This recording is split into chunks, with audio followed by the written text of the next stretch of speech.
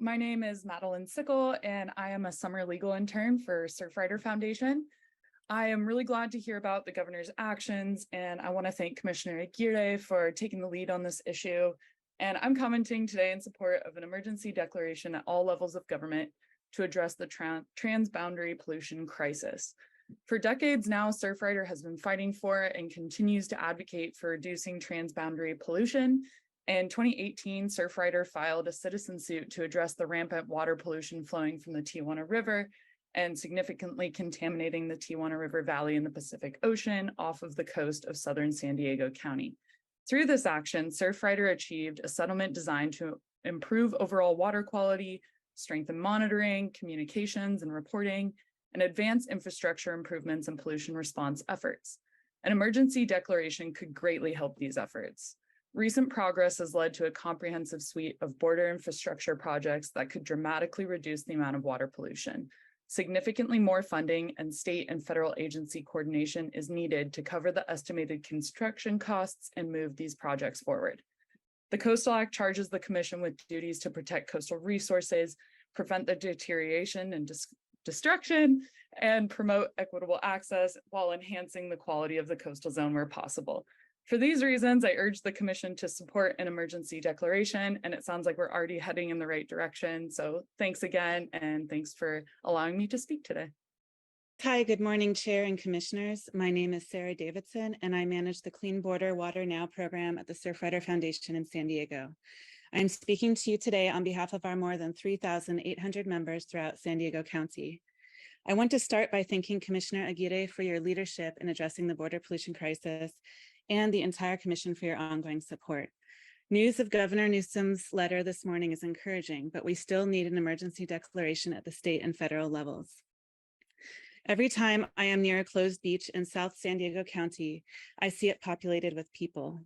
Some are lounging under an umbrella, some are swimming or surfing, and others are walking barefoot along the water with dogs and young children playing in the sand. I wonder if they are aware of the risks to their safety and choose to be there anyway, or if they are oblivious. They represent what those of us who live here are far too familiar with: the choice between enjoying this place that we call home and protecting our health. Going to the edge of the ocean is where I feel most alive and balanced. It is an experience I have looked forward to sharing with my children, seeing their eyes light up with the ebb and flow of water, the sound of waves crashing, and unexpected visits from marine life all around.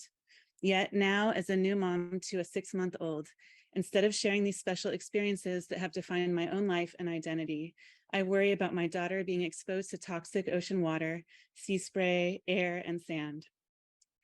I check not only the weather and tides, but also the water quality report to see which of our local beaches are safe to visit. This is standard practice for many San Diegans. Border pollution defines how, when, and where we live our lives. Many are not able to travel to visit other beaches. The disparities in income level and racial demographics throughout the county mean that residents who identify as Latinx in South County and families that are at or below the poverty line are more likely to be exposed to border pollution or be cut off from coastal spaces altogether. I urge you to not only hear the community members testifying today, but act on our behalf and request an emergency declaration. Thank you. Thank you. Laura Walsh, followed by Tom Sonati and then Marvel Harrison.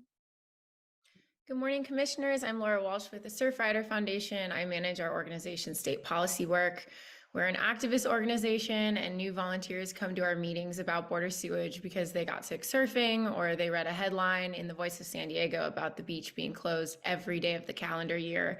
But they're typically still surprised to find out how bad things really are in this area because they assume nobody would let a problem of this scale persist.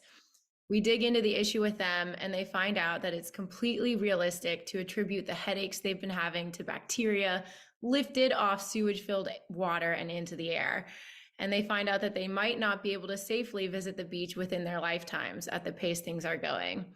And inevitably, they pause to think about the fact that this issue is being allowed to let happen in Imperial Beach when it would never happen in a community like La Jolla, where people fly from around the world to surf and swim. One of the most frustrating things about working on this issue is that the shocking nature of the injustice over time gets met with exhausting bureaucratic excuses for letting the problem persist. Since I've been involved in this issue, the impression that community members get from most decision makers has been that if you can't say what IBWC stands for, or you don't know about sewage flows down to the milligrams per year, somehow it's okay for your beach to be so gross that it's unsafe. Mayor Aguirre has been such an incredible leader of this community because she sees government as a force that can navigate jurisdictional complexities to solve the border sewage issue and clean up Imperial Beach. Surfrider views the letters that are being considered today as an incredibly strong tool in that effort.